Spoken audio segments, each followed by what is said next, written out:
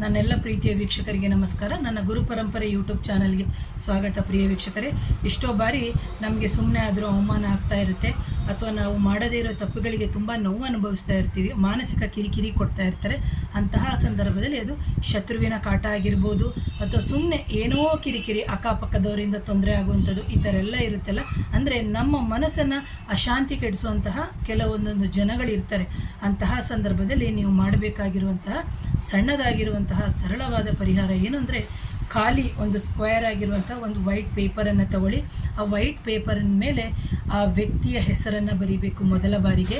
ಎರಡನೇ ಬಾರಿಗೆ 3 ಒಣಮೆಣಸಿನ್ಕಾಯಿ ತಗೊಳ್ಳಿ. ಆ 3 ಒಣಮೆಣಸಿನ್ಕಾಯಿನ ಓಪನ್ ಮಾಡಿ ಆ ಬೀಜವನ್ನು ಅದರೊಳಗಡೆಗೆ ಹಾಕಿ. ಎರಡನೇದಾಯಿತು. ಮೂರನೇದು ಬಂದು ಒಂದು 10ರಿಂದ 11 ಕಾಳುಮೆಣಸನ್ನು ತಗೊಳ್ಳಿ. ಕಾಳುಮೆಣಸನ್ನು ಚೆನ್ನಾಗಿ ಪುಡಿ ಮಾಡ್ಕೊಳ್ಳಿ. ಪುಡಿ ಮಾಡಿ ಅದನ್ನು ಕ್ಲೀನಾಗಿ ಆ ಪೇಪರ್ನ ಒಳಗಡೆ ಹಾಕೋಬೇಕು. ಆ ವ್ಯಕ್ತಿಯ ಹೆಸರು ಬರೆದಿರ್ತೀರಿ, ಅದರ ಮೇಲೆ ಒಣಮೆಣಸಿನ್ಕಾಯಿ ಹಾಕಿರ್ತೀರಿ ಬೀಜ, ಅದಾದಮೇಲೆ ಕಾಳುಮೆಣಸಿನ ಬೀಜವನ್ನು ಹಾಕಿರ್ತೀರಿ.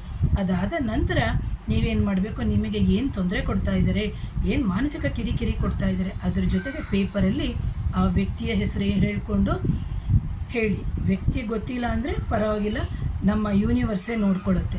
ಸೊ ಹಾಗಾಗಿ ನೀವೇನು ಮಾಡಬೇಕು, ಆನಂತರ ಅದನ್ನು ತೊಗೊಂಡು ಹೋಗ್ಬಿಟ್ಟು ನಿಮ್ಮ ಬಾತ್ರೂಮಿನಲ್ಲೇ ಪರ್ಟಿಕ್ಯುಲರ್ ಆಗಿ ಬಾತ್ರೂಮಿನಲ್ಲೇ ನೀವೇನು ಮಾಡಬೇಕು ಅಂದರೆ, ಅದನ್ನು ಒಂದು ಕರ್ಪೂರನ ಇಟ್ಟು ಅಲ್ಲೇ ಬಾತ್ರೂಮಲ್ಲಿ ಸುಟ್ಟು ಹಾಕಿ ಬರಬೇಕು. ಸುಟ್ಟು ಪೂರ್ತಿ ಬೂದಿ ಆಗಬೇಕು. ಅದೇನೋ ಒಂದಿಷ್ಟೇ ಇರ್ತದೆ, ಒಂದಿಷ್ಟೇನು ಮಾಡೋಕ್ಕೆ ನಾನು ಹೇಳ್ತಾ ಇಲ್ಲ. ಇಷ್ಟೇ, ಅಯ್ಯೋ ನಮ್ಮ ಅಪಾರ್ಟ್ಮೆಂಟು, ನಮ್ಮ ಬಚ್ಚಲ ಮನೆ, ಅಷ್ಟು ಟೈಲ್ಸು ಅಷ್ಟು ಕೋಟಿ ಇಷ್ಟು ಕೋಟಿ, ಅದು ಯಾವುದು ತಲೆಗೆ ಹಾಕೋಬೇಡಿ. ಸಾಯೋತಿಗೆ ನಾವೇನು ತೊಗೊಂಡು ಹೋಗೋದಿಲ್ಲ. ಮಾನಸಿಕ ನೆಮ್ಮದಿನೇ ಇಲ್ದಿದ್ರೆ ಅವೆಲ್ಲ ಏನು ಮಾಡೋದು ಇಟ್ಕೊಂಡು. ಹಾಗಾಗಿ ಎಂಥ ಅಪಾರ್ಟ್ಮೆಂಟ್ ಆಗಲಿ, ಎಂಥ ಮನೆಯಲ್ಲೇ ಆಗಲಿ, ಏನೇ ಆಗಲಿ, ಬಾತ್ರೂಮ್ ಕೆಳಗಡೆ ಇಟ್ಟು ನೀವು ಮಾಡುವಂಥದ್ದು. ಅದಾದ ನಂತರ ಅದೆಲ್ಲವೂ ಬೂದಿ ಆಗಬೇಕು. ಬೂದಿ ಆದ ನಂತರ ಸಾಧ್ಯ ಆದರೆ ಸ್ನಾನ ಮಾಡಿ, ಇಲ್ಲದಿದ್ದರೆ ಕೈಕಾಲು ಮುಖವನ್ನು ತೊಳೆದು ತಲೆಗೆ ನೀರನ್ನು ಪ್ರೋಕ್ಷಣೆ ಮಾಡಿಕೊಂಡು ಊಟ ಮಾಡಿ ಬಂದು ಮೌನವಾಗಿ ಮಲ್ಕೊಳ್ಳಿ. ಇದು ರಾತ್ರಿ 6ರಿಂದ 12 ಗಂಟೆ ಒಳಗಡೆ ಮಾಡಿ.